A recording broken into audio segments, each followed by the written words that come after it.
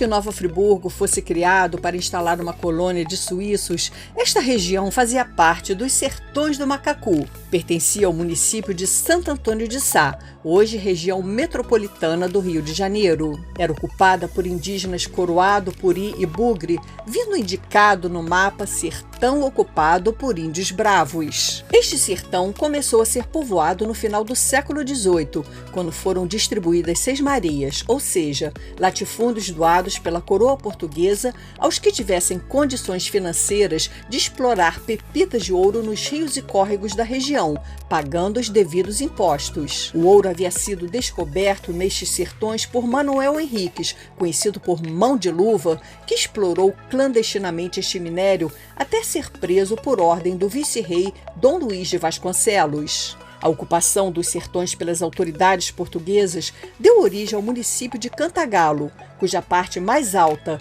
a Serra da Boa Vista, seria desmembrada para criar o município de Nova Friburgo.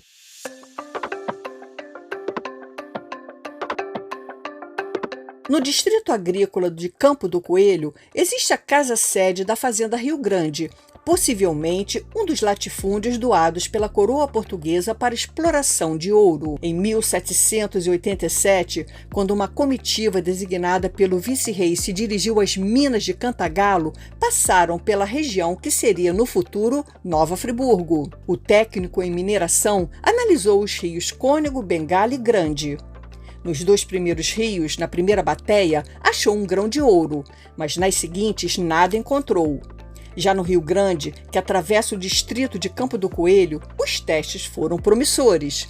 Por isto, tudo indica que o primeiro proprietário da Fazenda Rio Grande teria recebido terras para exploração de ouro. Pode ter tido bons resultados, já que a casa-sede apresenta indícios de riqueza. De início, a entrada de Nova Friburgo era por Campo do Coelho. A imagem da subida da serra por tropeiros, com as montanhas dos Três Picos ao fundo, está retratada na litografia Caminho dos Órgãos, do artista suíço Johann Jacob Steinmann, que viveu no século XIX.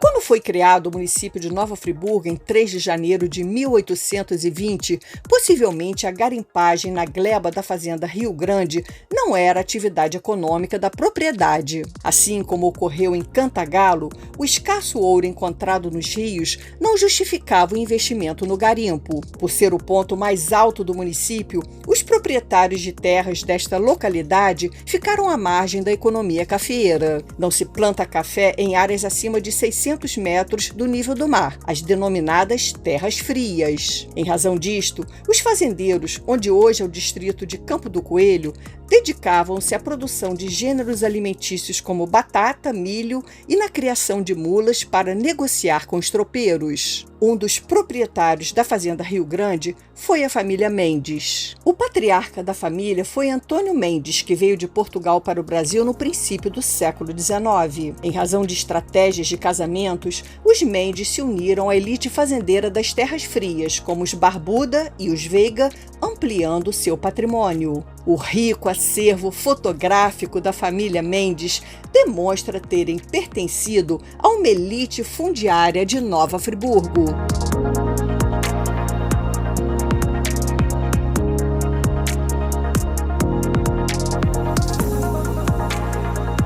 Mesmo tendo sido desmembrada, alguns Mendes permaneceram em determinadas glebas de terras da Fazenda Rio Grande. Hélio Mendes da Cunha, proprietário de uma parte da Fazenda Rio Grande, colocou à venda sua gleba localizada aproximadamente a 1.300 metros de altitude. Na ocasião, estavam instaladas inúmeras famílias com contrato de arrendamento. Porém, não houve quem se interessasse pela compra da fazenda. Cunha então propôs vender aos próprios arrendatários as glebas que cultivavam, por meio do Fundo de Terras e da Reforma Agrária, que tinha um programa de linha de crédito fundiário. Para adquirirem a propriedade, os arrendatários criaram as associações de Serra Velha, sob a presidência de Josias de Souza Raposo, e de Serra Nova, sob a presidência de Hélio Muniz Cardoso. Autorizado, financiamento pelo Banco da Terra, as prestações foram pagas pelas famílias agricultoras durante 20 anos,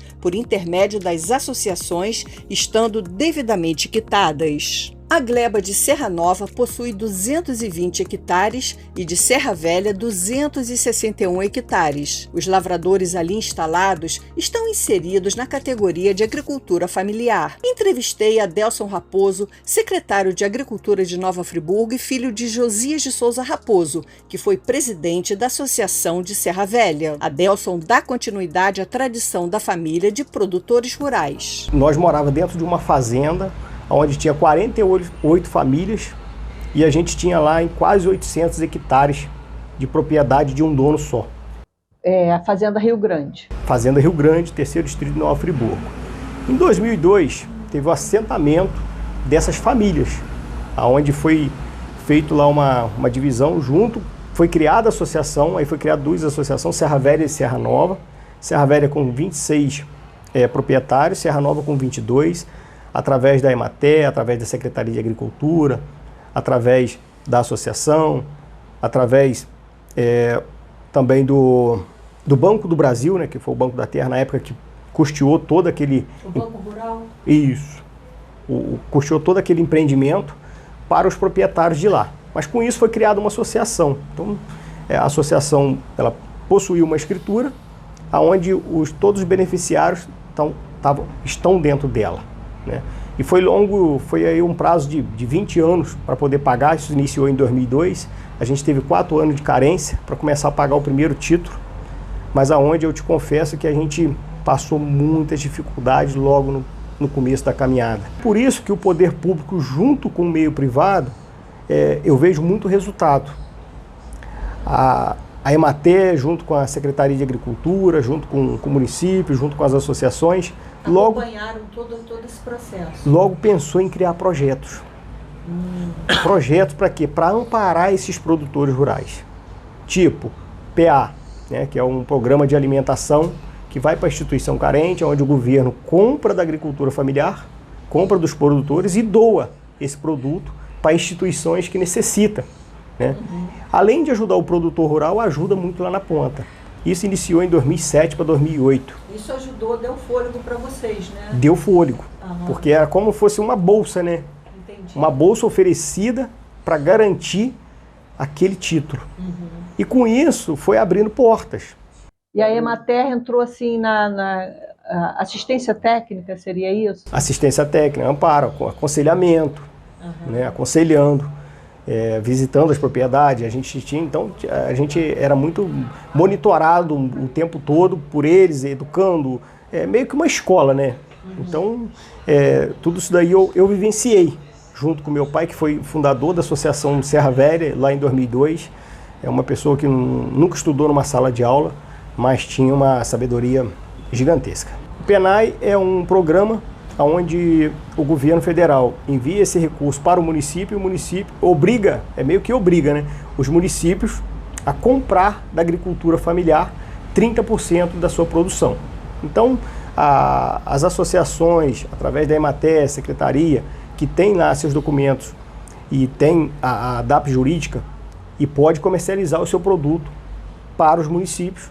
Inclusive, hoje, o município de Nova Friburgo ele chega a comprar até muito mais do que isso, chega a comprar, acho que até em torno de mais de 70% do que é determinado pela lei, compra até mais. Né? Mais que o determina. Mais do que determina, o que porque... que a prefeitura faz com esse produto que ela compra? Envia para as escolas. Também. Então tem o PA que é um programa federal, direto federal. Ah, tá. Também é para a escola? Não, aí é para instituição carente. Ah, tá. Tipo São Vicente, Abrigo, a FAP, instituição de... Corpo de Bombeiros seria também? Instituições? Acho que eu já ouvi alguma coisa assim, que vende também, né? Aí eu acho que é uma venda mais à parte. É um outro tipo de venda, existe. Tá, entendi. Mas é um... PA é um determinado grupo. Isso. O PENAI é que é para as escolas, para as escolas municipais. Então hoje são 18 mil alunos em Nova Friburgo de média, né, que consome produto da agricultura familiar de Nova Friburgo. Isso há mais de 10 anos. Né, e com o passar do tempo, hoje a prefeitura cada vez mais tem fomentado mais esse programa. que dá muito resultado. Pô, o aluno vai consumir um alimento muito mais fresco, muito mais saudável, e além desse retorno ficar no próprio município. Certo. E a secretaria apoia, a gente apoia com... hoje a gente tem 4 caminhões destinados para apoiar na distribuição desses itens.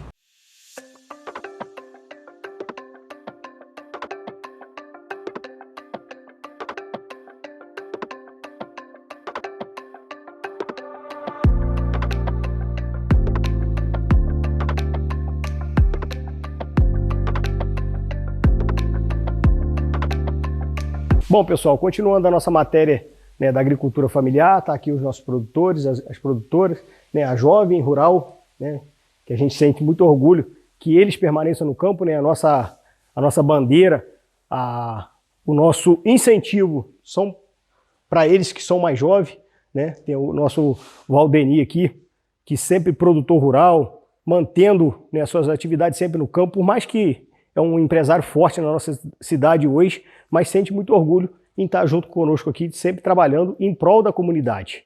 Então a nossa área rural a gente tem que valorizar muito isso, e principalmente o jovem, né, que eles permaneçam no campo.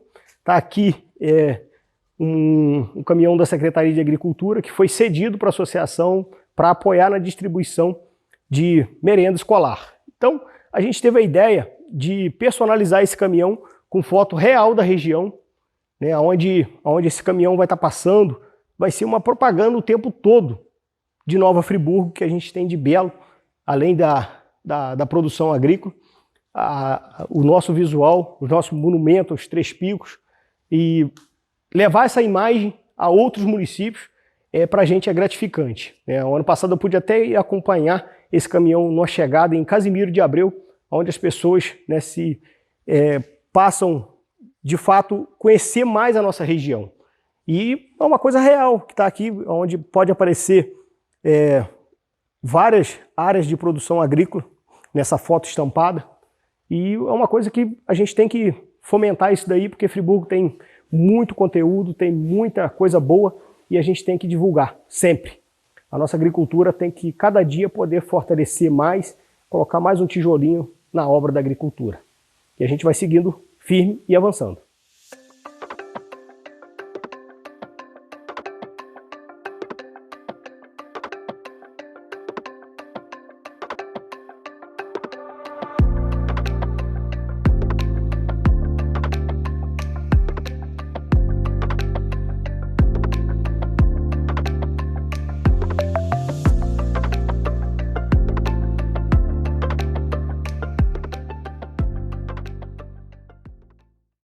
Em todo o município hoje nós temos 28 associação rural. 28 associação rural no município de Nova Friburgo. Mas apenas 3 comercializa esses produtos, que é Serra Velha, Serra Nova. A Serra Nova ela fica responsável por entregar os produtos no município de Nova Friburgo, já desde 2011. Tá aqui o nosso saudoso Moacir, que iniciou esse trabalho lá atrás, depois ele pode até contar um pouquinho. Lá em 2011, com muita dificuldade, o pessoal nem acreditava, e hoje estão caminhando com muito mais leveza. Quer falar um pouquinho então sobre isso, já que você citou o Moacir? Sim. Eu pedi o Moacir para falar, e também, Moacir, já aproveita e já fala hoje, depois que a gente veio para cá, né, os carros personalizados. Sim. Boa tarde, Janaína, boa tarde, secretária Delcio, boa tarde a todos da TV Zoom. Janaína, é um trabalho de 2011 que a Serra Nova não acreditava, né, que iniciou esse trabalho. E hoje dá muito orgulho para a gente, né? Principalmente para mim, que eu fui a pessoa que caminhei junto lá no início, eu caminho até hoje. Nós começamos com muita dificuldade para distribuir nas escolas. Só para vocês terem uma ideia, eu cito muito a alface. A alface ela sai molhadinha da lavoura e chega molhada nos colégios. Que antigamente ia para Caxias, lá para o Ceasa, para voltar para as escolas. Chegava aqui derrotada, né? Podia jogar fora, né? Você tem uma ideia, hoje a gente está colocando ovos caipira nas creches. Um trabalho aqui nosso, do secretário aqui, que é produzido em Friburgo, enquanto os ovos brancos vêm de outro estado. Para 2025 a gente pretende colocar os ovos caipira também nas escolas. Hoje está iniciando nas creches. Vai chegar em torno de 11 mil dúzias. Isso. Esse ano. Milho verde. Além do milho verde. E milho verde. Nós temos morango, a goiaba já entra, o caqui já entra, né? A banana entra, que é daqui.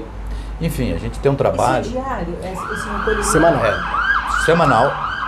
Semanal. Tá? São 4 caminhões que fazem essa distribuição, tem 3 refrigerados, que é da Secretaria de Agricultura, com convênio com as associações Serra Nova e Serra Velha, né? Que esse trabalho também começou lá em 2011. Em 2011 a gente só tinha um caminhão de carroceria, foi onde que o seu Hélio Muniz, que parabéns para ele, tiro o chapéu para ele, né? Que ele também começou esse trabalho. E eu fui para lá ajudar a pesar, distribuir, como fazer. Ninguém sabia onde ficava a Toca da Onça, Rei Bonito, né? Eles não sabiam que eles eram o terceiro distrito. E eu comecei a ajudar nesse trabalho. E esse trabalho está hoje, ele avançou, né? Muito nos orgulha. Você vê, eu estou falando dos ovos caipira. Está chegando, produzido aqui na nossa cidade. Alto do Chuenque, Janelas Andorinha, né? Está chegando nas creches hoje. Isso para a gente é muito orgulho. A Secretaria de Agricultura avançou muito com os convênios que foi feito, né? Depois a Deus pode falar, se eu vou lembrar. Hoje nós estamos fazendo base nas estradas com convênio, junto com associações, para fazer estrada, melhorar as estradas para ter melhor acesso.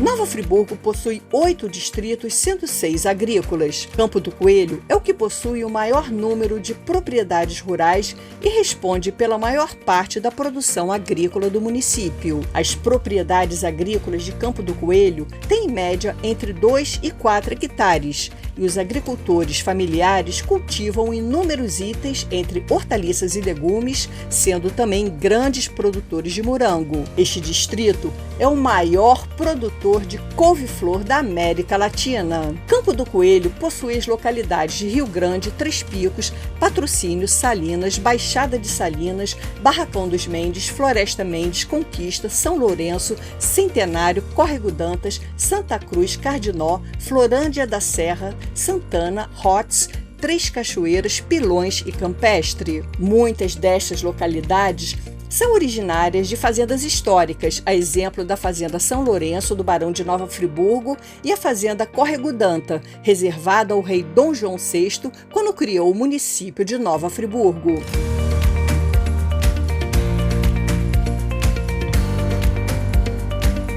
Hoje a gente tem 1.300 produtores legalizados com inscrição estadual, com talão de nota, todos legalizados. Então isso aí é o que a gente tem real. Mas a gente estima que a gente tem em torno de 5.000 produtores. Alguns trabalhando até ainda na informalidade, e a gente tem que cada vez mais conscientizar o produtor rural a se legalizar, que é um bem para ele. Que isso é importante. Por que ele não se legaliza? Por que ele não legaliza? Eu costumo dizer o seguinte, eu vou dar um exemplo tão simples. A agricultura, ela é um meio de comércio como se fosse uma feira a céu aberto. Às vezes o comprador vai lá, compra a própria mercadoria do produtor, e às vezes ele não corre, não se interessa em vir na cidade, fazer uma inscrição estadual. Às vezes sabe quando vai se interessar por isso? Numa hora de uma aposentadoria, na hora de um benefício, que ele vai se atentar para isso. Aí hoje o produtor ele é isento de imposto. Qualquer imposto? Imposto da mercadoria. Só paga sobre terra. Ele, na verdade, eu costumo dizer que o produtor é o que mais paga o imposto mais caro. Aí você me pergunta, como que não paga imposto e paga imposto mais caro? Eu vou explicar para vocês. Por quê? Porque a semente hoje, para se produzir, é muito caro. Ela é uma semente híbrida, ela é uma semente toda importada. Para você ter uma ideia, a semente de tomate mesmo, ela é mais avaliada, mais caro do que o ouro. A quantidade da grama da semente de tomate é mais cara do que a grama do ouro. Então tem semente de tomate que é caríssima, caríssima. E para aí afora vai, couve-flor, brócolis, então, alface. Ele paga o imposto na compra desses embutido insumos, nos produtos que são importados. Para você ter ideia, o fertilizante, que vem da Rússia, né? Que teve lá aquela guerra toda e tal, o insumo foi lá para as alturas e até muitas das vezes até faltando. E com isso o produtor paga um imposto muito caro em cima da sua produção, o que ele gera para produzir. Aí ele tem a facilidade, ele tem esse privilégio de quando vai tirar a nota do produto, né, já direcionado para o mercado, para a mesa do consumidor, em cima desse talão de nota, ele não paga imposto. Ele é isento, até 142 mil, ele é isento de declarar imposto. 142 mil anuais. Anuais. Ele pode declarar até 200, 300 mil que ele não vai pagar imposto, ele só precisa declarar acima de 142. Até 142 é feito o DECLAN, que é um processo bem mais simples, né? Então, o produtor tem esse privilégio. E a documentação do produtor, quando ele tem lá, ele caminha junto com a associação, quando ele caminha junto com o SINDAF, o Sindicato da Agricultura Familiar, quando ele é credenciado, quando ele tem uma inscrição estadual, quando ele vai na EMATER e emite a sua DAP, com 15 anos, ele já consegue a aposentadoria sem precisar pagar nada. Com 15 anos de comprovação, quando ele inteirar 60 anos de idade para o homem e 55 anos para a mulher. Então é um benefício que, estando documentado, estando legalizado, lá na frente terá o benefício de volta. Acho que a gente tem 1 ano e 8 meses para auxílio maternidade, auxílio doença. Então, se ele já tem lá 1 ano e 8 meses de comprovação que ele é um produtor rural, e como é que comprova isso? Através desses documentos. Então precisa documentar. Legalizar. A gente tem trabalhado o mecanismo para isso, eu até peço a vocês que ajudem a nós a divulgar isso daí, para que o produtor sinta interesse. Friburgo produz 118 itens, entre hortaliças, legumes e frutas. Isso é verdade? Janaína, com certeza, eu acredito até mais do que isso. Eu também, cada dia, fico surpreso por eu ser um produtor rural. Entendi, ainda fico surpreso. Em 2022, quando o pessoal da secretaria, o Moacir, Adriano, enfim, o pessoal vão em Gastária buscar cacau produzido em Nova Friburgo, aqui na divisa de Casimiro. Falei, nós temos cacau? Eu fiquei assim, produtor rural, fiquei... Não é uma compra própria, não. É para comercializar? Que a gente foi buscar esse produto? A gente foi buscar esse produto para expor na Festa do Produtor Rural da edição do ano de 2022. Então eu fui até lá conhecer, tem lá uma pequena produção de cacau. Não é uma produção gigantesca, né? Também a nossa região é agricultura familiar, né? Mas tem lá uma produçãozinha de cacau, palmito, está dentro de Nova Friburgo. Aquele pupunha, né? Então você pode afirmar que a gente tem assim, mais do que esses 118 itens que eu citei. Tem, e tem muitos que a gente tem que resgatar, como eu falei para você, estava até falando da batata inglesa, o alho, a cebola, o feijão carioca, né? O feijão carioquinho, vamos dizer assim. A gente tem potencial para produzir, fornecer para as escolas, fornecer para os mercados, tem para fazer de sobra. Só basta a gente querer. A nossa terra é uma terra fértil, dá para produzir muitas e muitos produtos.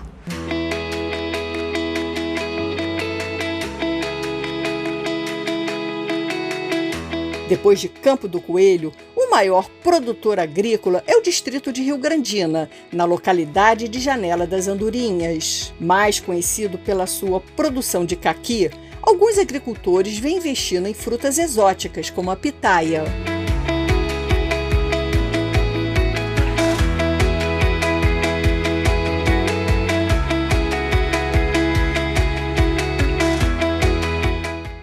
Tenho orgulho também de dizer da couve-flor, né, Adel? Nós somos os maiores produtores da couve-flor da América Latina. Isso é verdade ou é mito? Não é verdade, né? Sim. É verdade, né, Adelson? Ele pode falar muito bem sobre isso que eles plantam, né? Você planta couve-flor? Sim. E é verdade, o Brasil é o maior da América Latina. Né, Adelson? Então, Janaína, a gente já fomos considerados, não sei se hoje isso é um dado real ainda, já fomos considerados o maior produtor de couve-flor da América Latina. Por quê? Porque antigamente não existia a couve-flor híbrida, Então era exatamente a couve-flor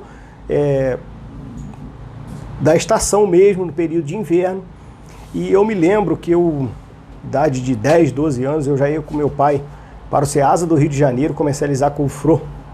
E chegava lá a dar 100, 120 caminhão de couve-flor por dia. Por dia. Fora o restante que ia direto para o sacolão, direto para mercados, só no Rio de Janeiro. Então a gente já fomos considerado o maior produtor de couve-flor da América Latina. Esse dado ainda tem que atualizar. Tem que atualizar. Mas já chegou a ser. Já chegamos a ser classificados. E é no terceiro distrito, onde produz essa couve-flor? A maior parte dela está no terceiro distrito. No terceiro, né? Mas as outras regiões também produz também. Os outros produz também muita couve-flor. Portanto, São Pedro, Lumiar produz muita couve-flor. A nossa geografia, ela não admite a mecanização da lavoura, né? Nossa topografia é tudo morro, né? Então é tudo mesmo à mão, a colheita é toda à mão, né? Não é, por exemplo, igual, dá um exemplo, o agronegócio que passa aqueles tratores e sai levando tudo, né? Então depende muito da mão de obra mesmo, né? Então, Janaína, esse também é outro fator que nos classifica a agricultura familiar.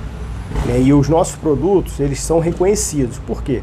Né? A gente tem lá no sul do país, que tem liberação de defensivo agrícola muito mais pesado. Por quê? Porque pode ser aplicado através de drone, através de avião, através de tratores. E a nossa região não, é tudo feito manualmente. Então a gente não tem esse acesso diretamente. E por Mas isso... até para colheita não existe mecanização, né? Não. Só mesmo para terra, assim, para mexer com a terra. Tal, preparar o solo até tem. Agora para a colheita ainda não.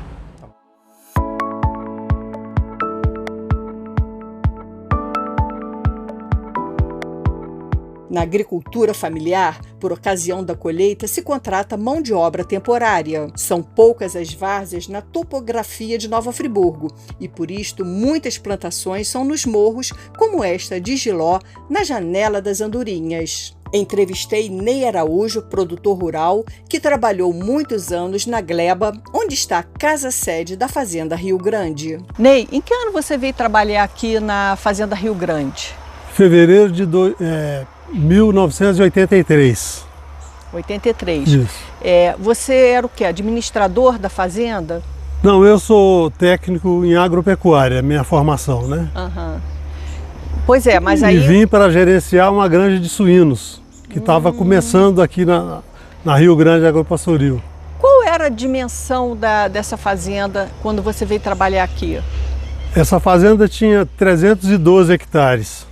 Quando você veio trabalhar? Sim. E hoje ela tem quanto? O remanescente está em torno de... Essa área aqui do casarão é 5,2 hectares. 5,2. Mas tem outra ilha de remanescente que é onde funciona a sede, né, administrativa, que deve dar uns 2 hectares. Bem aquém de quando você veio trabalhar aqui, né? Sim. E no caso, Ney, você veio para cuidar de uma criação de porcos, mas ela tinha plantações? Inicialmente a gente tinha muita capineira, né? Porque as duas atividades básicas eram o turf, que era a parte do aras. Sei. Tinha plantação de alfafa e tinha muita capineira para o gado leiteiro, né? Aham. É um tipo de forragem. Isso. É um tipo de forragem. Então era basicamente isso, mas ia começar a se dedicar à criação de porcos. Uhum. E como é que foi o seu impacto aqui quando você viu essa... O que falaram para você dessa casa-sede aí? Você viu que era uma casa-sede, você via pela construção que ela é muito antiga, né? Sim. Inclusive quando eu cheguei para cá, eu estava recém-casado e tinha minha filha Esther, e nós moramos aqui um semestre aqui no casarão. Você morou no casarão? Morei no casarão um semestre. Como é que era assim, as paredes, a pintura? O que você pode escrever para a gente? Eu não estranhei muito porque eu sou mineiro, né? Lá em Minas existem muitas construções semelhantes a essa aí. Uhum. Eu até me senti um pouco em casa. Você de qual cidade de Minas? Presidente Olegário. Uhum. Mas eu gostava do casarão. Você viu, assim, afrescos, alguma coisa na parede? Sim, o salão principal Tem um afresco no teto, que era uma coisa bonita. É, né? É. Era o que, assim, você lembra? Era uma paisagem, alguma coisa Eram escrita? flores, era uma decoração florida, né, no teto. Dava uma Florida. impressão bonita, dava uma impressão de abóbata de igreja. Ah, é? É. No caso, essa pintura era só no teto ou tinha alguma coisa na parede? Não, só no teto, Né? E só no salão principal? só. É. Quantos cômodos? Como é que era assim a divisão desse casarão? Ó, na parte do porão são cinco quartos enormes e uma sala de jogos e uma lareira. Porão, você diz porão mesmo, né? É porão, é a parte baixa do casarão. Quantos quartos? 5. 5 quartos. É. E na parte de cima Mas tinha... eles não tinham janela, era tipo uma alcova, né? O porão não pode ter janela.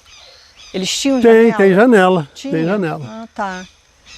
E na parte de cima? Na parte de cima tinha a cozinha, esse apêndice aqui, que é mais novo, que é uma construção mais recente, né? E uma copa enorme. A copa, eu me lembro bem, era pinho de riga, que era o assoalho. Era uma coisa muito bonita. Certo. E os quartos da parte de cima? São 2 quartos, que era do Stanislau, Só do casal, quartos. né? Mas quando você acha, assim, você que conhece esses casarões históricos, você sentia que já tinha havido uma intervenção, assim, uma reforma nele? Sim. Adaptação para os novos proprietários? Exato. O Stanislau, essa casa é construção de taipa, né? Uma taipa generosa, deve ter uns 60 centímetros de espessura. Uhum. Ele readequou essa sala, a copa e a cozinha também. O resto parece que manteve a originalidade.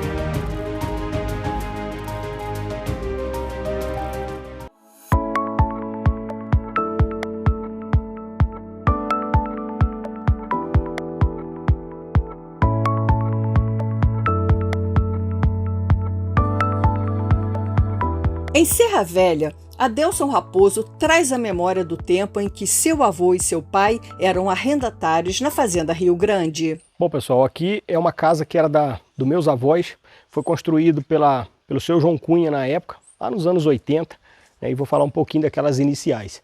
O JC ali é do seu João Cunha, que era o proprietário da fazenda, né, o pai do seu Hélio Cunha.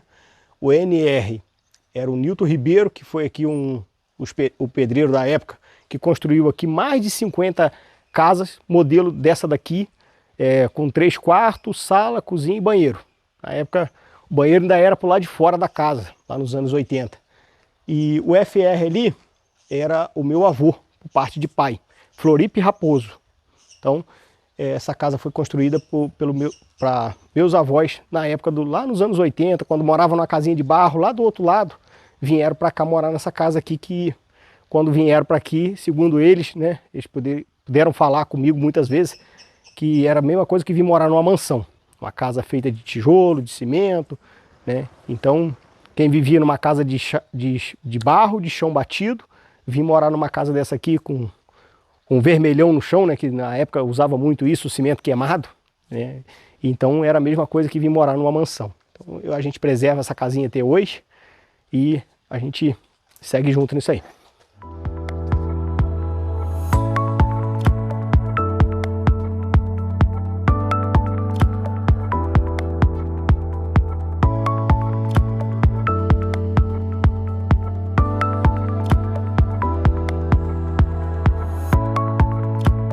Serra Velha, avistamos Serra Nova. No passado, conhecida como Terras Frias em razão de sua altitude, um decreto estadual de 1938 alterou o nome do distrito para Campo do Coelho por razões desconhecidas. Bom, pessoal, a gente está aqui em Serra Velha.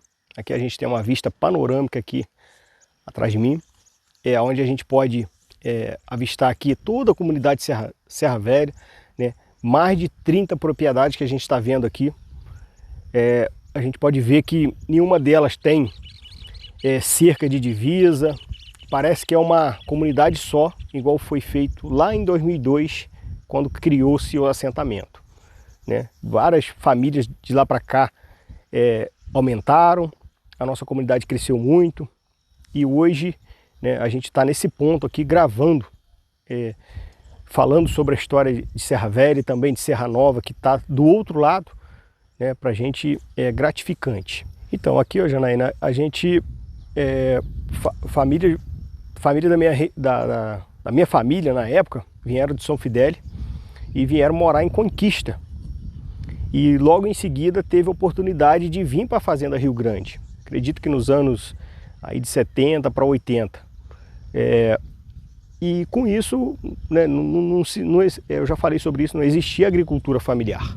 Vocês eram meeiros? Eram meeiros. Da Fazenda Rio Grande. Do seu João Cunha na época, né? Depois passou para o filho, Hélio Cunha, da família Mendes, Hélio Cunha da família Mendes. E a gente trabalhou muito tempo com eles, e tanto meu pai quanto meus avós, tanto da parte de paterno quanto materno, trabalhamos com o seu João Cunha, que é o seu Hélio Cunha. E depois dos anos 90, as coisas veio, né? Muita tecnologia chegando, muitas informações. Dali para cá as coisas já começou a se abrir um leque. E quando chegou do ano 2000 para 2002, teve aí a oportunidade de criar o assentamento, onde que passou a existir a Associação Serra Velha e Serra Nova, né?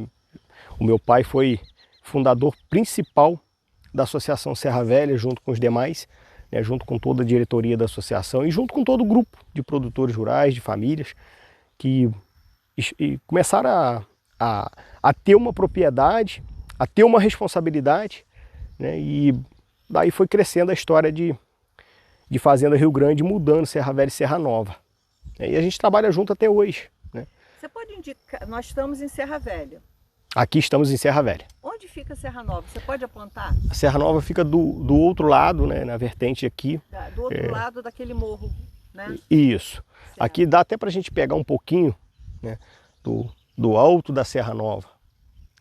Mais ou menos, né, aquele vale mais alto lá já faz parte de Serra Nova. E aonde estão, embaixo lá, onde está aqueles maus, bem lá embaixo, já pega um pedacinho de Serra Nova também. Então a comunidade de Serra Nova está mais do outro lado. Aqui a gente tem uma vista mais panorâmica, uma vista mais, né, que de cima se vê muito melhor. As famílias continuaram, tudo através da associação, porque a associação é que manteve, né, toda a educação, que manteve toda a cultura, que manteve todo o momento de dificuldade, quando um não tinha condições de pagar o título da terra, a associação estava ali para poder apoiar. E inúmeras vezes isso aconteceu. E mesmo ao longo dessa caminhada, a gente não se desfez do nosso grupo. Teve gente que não estava conseguindo pagar a prestação no Banco Rural, né? Isso, então a associação estava ali para apoiar. Uma das coisas que eu prezo muito na minha vida, e meu pai sempre preservou muito isso, é que a associação nunca ia ter a autonomia de tomar a titularidade, a propriedade de algum agricultor familiar, por alguma dificuldade que seja lá qual ela fosse, por situação financeira de não conseguir garantir o título da terra. Porque todo o título da terra era pagado em nome da Associação Serra Velha, quanto também de Serra Nova. Então a gente arrecadava esse recurso com cada produtor e pagava em nome da associação. Mas se faltasse duas pessoas, né, a gente tinha que diluir aquilo ali, dividir e garantir o título da propriedade. E por algumas vezes eu, já começando como liderança, e pude presenciar isso na reunião de associação, onde pessoas, poxa, eu não tenho condições de pagar, como é que a gente vai fazer? Não, a associação vai estar aqui, vai apoiar, e a gente vai fazer você sair dessa dificuldade junto. E fizemos. E hoje a gente pode, se vocês quiserem uma outra oportunidade, até conhecer essas famílias que foram amparadas pela associação, né, e que deu continuidade, está aqui na comunidade até hoje, e a gente não deixou essa cultura se perder. Porque, poxa, se a gente passa o título da terra para outra pessoa, né, começa a se perder as raízes. Então, certo. E hoje todo mundo já tem o seu título de propriedade definitivo que vocês já pagaram, já quitaram com o Banco Rural. Né? A gente já tem a carta de quitação no Banco do Brasil, a carta de quitação. O Banco Rural não existe mais, né? Não. Então é Banco do Brasil. Hoje já é com o Banco do Brasil. Na época, né? foi Banco Na época foi o Banco da Terra, né? Banco da Terra. Banco da Terra. Tá. E hoje a gente já tem a carta de quitação, que o banco já emitiu para a gente, mas porém ainda está no processo ainda de individualização, ainda está na associação. A gente não se preocupa por quê? Porque a associação é uma associação ativa, uma associação que tem credibilidade, uma associação que caminhou e caminha junto até hoje e vai continuar caminhando, ela não pode se perder, porque ao longo de 20 anos a gente vê a comunidade ainda mais preservada, né? Tanto através das propriedades onde são exploradas pelos agricultores familiares, quanto ao nosso redor, que a gente pode ver um cinturão verde de uma mata, né, se formando com muito mais força. E essa mata, Janaína, a gente luta para proteger ela o tempo todo, o tempo inteiro. Isso que eu ia te perguntar, a gente vê então, a gente está vendo aqui a lavoura e vê aqueles pequenos nichos de mata. Essas matas são nativas? Essas matas são de muitos anos atrás, eu acredito que já teve foco de incêndio nela, já né? 50, 60 anos atrás. Porém, hoje, eu posso dizer para você que eu não vejo fogo nessas matas há mais de 30 anos. Você faz um tipo de proteção? A gente sempre protege, né? Junto à comunidade inteira, quando vem... Mas parece que você faz uma barreira, uma coisa assim? Eu vou chegar nesse ponto. A gente usa o método de acero. Acero? Acero. Isso o pessoal, todo mundo conhece como acero. O que é acero? Acero é um lugar onde é capinado, limpado, principalmente nas vertentes, que é onde que o fogo chega com mais intensidade, no alto em cima, e encontra esse acero. O acero é uma área limpa aí de 2,5 metros a 3, de uma estrada limpa, né, roçada, mantida. E tudo isso aí, Janaína, também com acompanhamento do Parque Estadual de Três Picos. Certo. E eles apoiam a gente nisso daí. E semana passada eu tive até com o coordenador do parque, o Sr. Rominick, e a gente pôde falar um pouco desse assunto, que a gente tem que preservar esses aceros, que é onde o pessoal daqui também da região costuma, tem hábito, né, de exercer aí um esporte do trilhão rural. A gente traz isso até para dentro da festa do produtor rural de Nova Friburgo, onde se reúnem aí mais de 500 motos, talvez chegando até próximo de 1000 motos. E passa nessas vertentes, explorando, vendo o que a gente tem de bonito na nossa região. E além disso, essa proteção. Por quê? Porque logo quando chega o mês de agosto, né, que a gente passou pelo outono, passou pelo inverno e ainda está próximo de chegar na primavera. Aí as folhas caíram, secaram, com frio, com falta de chuva, e vira aquele colchão de combustão, né? Propício para poder pegar um fogo. E às vezes pessoas, né, com maldades e tal, e vai, por falta às vezes de educação, de saber o que a natureza representa para a gente, às vezes acaba cometendo um foco de incêndio, e aquilo ali não tem mais controle. E quando esse fogo pega, a gente tem na nossa região vários vales, né? Então são várias montanhas como se fosse costa de camelos. E o fogo quando sobe, em cima ele era para virar e descer com intensidade. Só que o fogo de morro acima, ele sobe com uma determinada velocidade. Quando ele chega em cima e encontra esse acero, ele meio que faz aquele bloqueio. E a gente também tendo essa rota de fuga muito rápido para a gente poder chegar até a mata, porque é longe, a gente consegue chegar lá e deter o fogo e não deixar virar para a nossa região. Então a gente, inúmeras vezes, a gente já esteve aqui nessa mata, apagando fogo durante a noite toda, porque se apaga fogo durante a noite, durante o dia não dá resultado. A gente tem conhecimento, pode falar sobre isso. né? Inúmeras vezes a gente estava aqui 10 horas da noite, 11 horas, meia-noite, 2 horas da madrugada, apagando fogo. E dá resultado de não deixar queimar para cá. E quando não tem o incêndio, vira uma trilha para moto, né? Ou até para caminhada. Legal. A gente tem uma vista panorâmica aqui em cima também, muito mais alta do que aqui onde a gente está. Aqui eu acredito que a gente está em torno de 1.300 metros de altitude.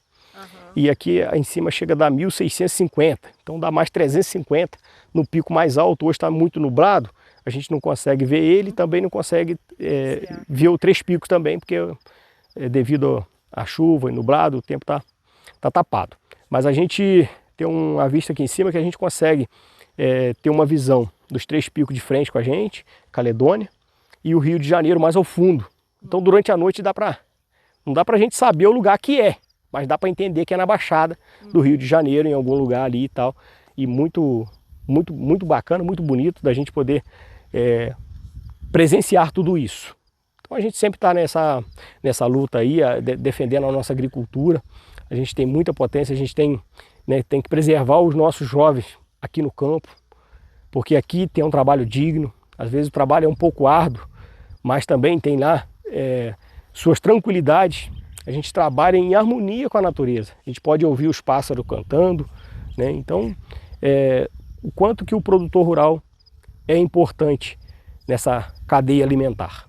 Se não fosse ele acordar todo dia cedo e garantir o alimento na mesa do consumidor lá nos grandes centros da cidade, o que seria, né, dessa população? Na época da pandemia eu pude, na minha frase, expressar exatamente essa minha fala.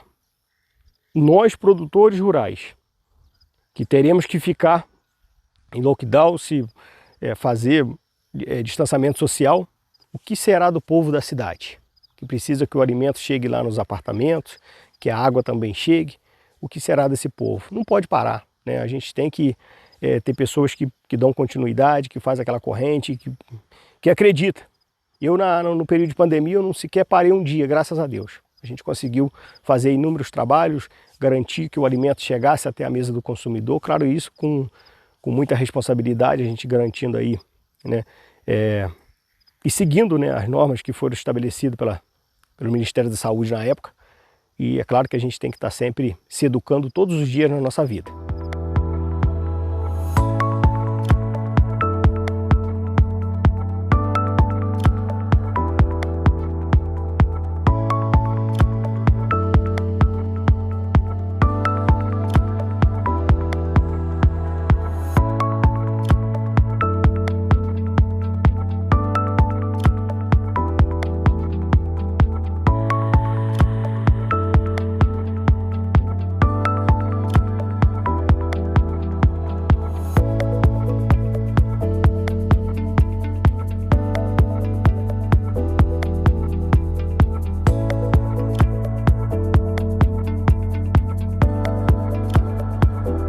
Bom, pessoal, aqui a gente está acompanhando aqui uma reservazinha para poder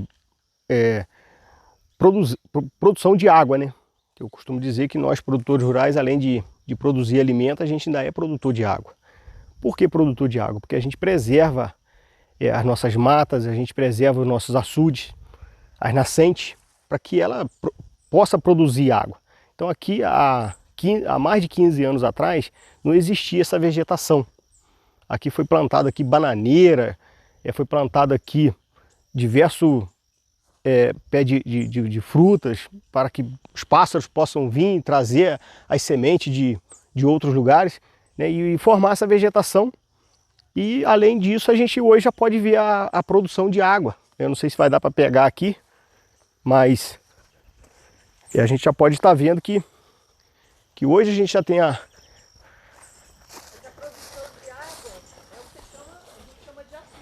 de açude, tá vindo direto da nascente. Então aqui ela tá vindo, tá caindo aqui no tanque. Esse tanque é um tanque de recipiente para poder irrigar a lavoura. Aqui é armazenado aqui mais de 500 mil litros de água. Eu tenho tanque até maiores do que esse. E a gente consegue estar jogando na bomba, através de espessor e até mesmo na gravidade. Então, isso aqui não existia. Eu plantei aqui várias mudas de aroeira, isso há mais de 15 anos atrás, e hoje já está formando uma vegetação e preservando, né? Porque a gente precisa muito da natureza. Muito não, né? A gente precisa de tudo da natureza. A natureza ela é muito importante na nossa vida. E o produtor rural, né, é muito mais ligado à natureza, né? A gente nasceu dentro dela. A gente convive, né, com o sol, com a chuva, com o vento, com a estiagem, com a seca. E a gente conhece cada passo da natureza.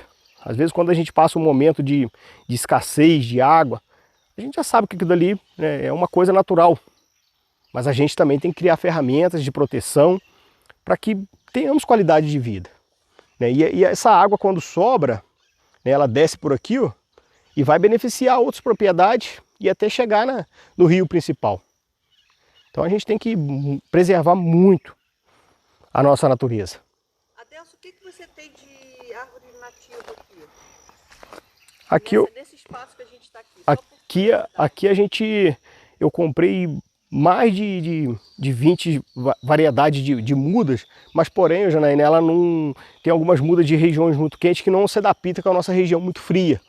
Então o típico da nossa região mesmo é mais a aroeira, é mais a bananeira. A gente tem aqui pinos, temos aqui uns pequenos pés de louro também, que ainda serve para comercializar, né? Além de... Pinos é nativo? Não, esse não. Não é nativo, não. A gente tem pinheiro aqui nativo, né? Araucária, né? Nativo.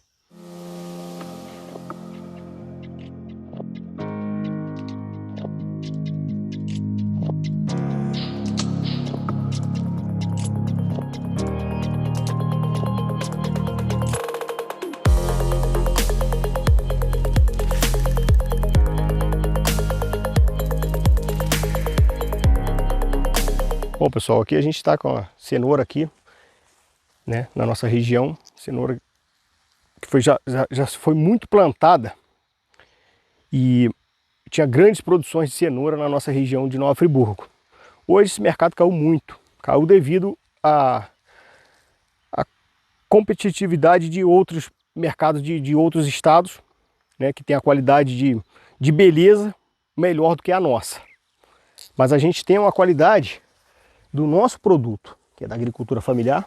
Só que aqui a cenoura, você pode ver que toda a rama da cenoura é toda igual, não tem diferença. Mas quando a gente puxa aqui, ó, a gente vai colhendo diversas cenouras e de qualidade talvez que o mercado não vai aceitar. Como que eu vou explicar isso para vocês? Eu vou tirar uma quantidade bacana aqui. Esse tipo aqui, ó, vai tudo atender às normas de mercado. Esse tipo aqui. Agora essas daqui, elas são desclassificadas. E só por ter esse defeito aqui na aparência.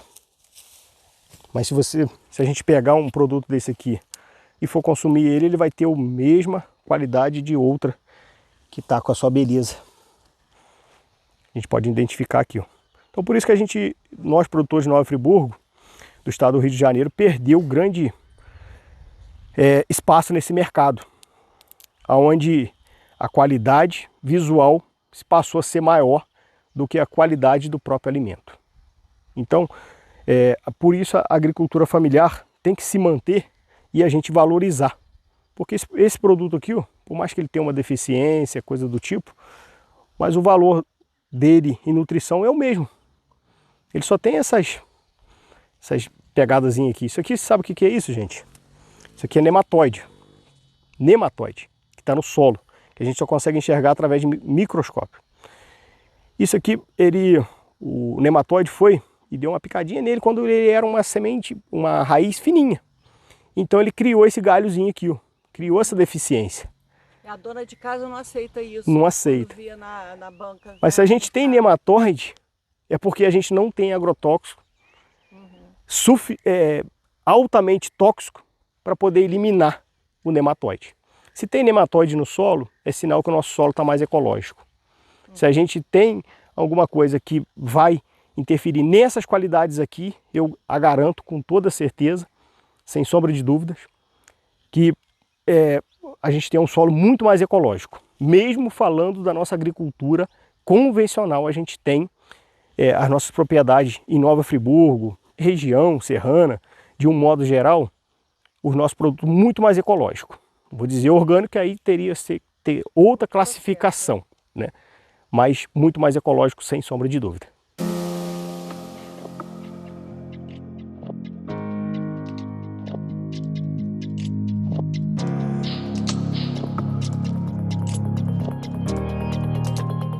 A área rural é a área que mais preserva tradições populares, como o mineiro pau, folia de reis, cavalgada.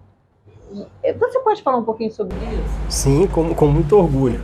Eu acredito que a gente preserva isso devido às famílias, né? O respeito, os avós, os bisavós, que faziam toda aquilo dali e fica gravado, né? Registrado na memória da gente. Me lembro que desde criança, quando a gente tinha o encontro da folia de reis, que ia visitar as casas, com a porta fechada, cantava e depois abria, aí aquilo era a coisa mais linda, né? Então a gente se orgulha da nossa área rural ainda preservar culturas a esse nível. Ainda tem o mineiro pau? Tem o mineiro pau, que é a folia de reis. A folia. Tem ainda aquela tradição de pisar em cima da fogueira, descalço? Ainda tem a tradição da fogueira. Eu ouvi dizer que lá no 3º distrito tem localidades que fazem isso, né? A fogueira e você passar em cima do carvão quente, né? Ainda existe isso? Existe sim. Eu não sei se o Moacir ainda conhece quem está à frente hoje, mas tinha um senhor lá muito conhecido na região, já com seus 80, quase 90 anos de idade, que já era de costume dele, já de toda vez organizar a fogueira lá do dia de São João. Isso é feito no dia de São João, né? Aí apaga a fogueira, os homens passam por cima do carvão quente, né? Você presenciou alguma cena dessa? Muitas vezes. Nunca passou por cima do carvão, não? Quis passar, não? Eu nunca passei, não. Eu não. É a fé, né? Os programas de governo PA e PENAI representam apenas uma parte da venda dos agricultores familiares. Vendem para a empresa JFC, que distribui para a rede de fast food McDonald's, assim como para o mercado de Irajá e até para os estados do Espírito Santo e São Paulo. Além disto, alguns lavradores comercializam seus produtos no Ceasa de Nova Friburgo. A casa de vivenda da Fazenda Rio Grande ainda existe, mas infelizmente vem se degradando por falta de manutenção. Possui uma belíssima capela em estilo barroco que corre risco no caso de desabamento da varanda e do avanço da vegetação.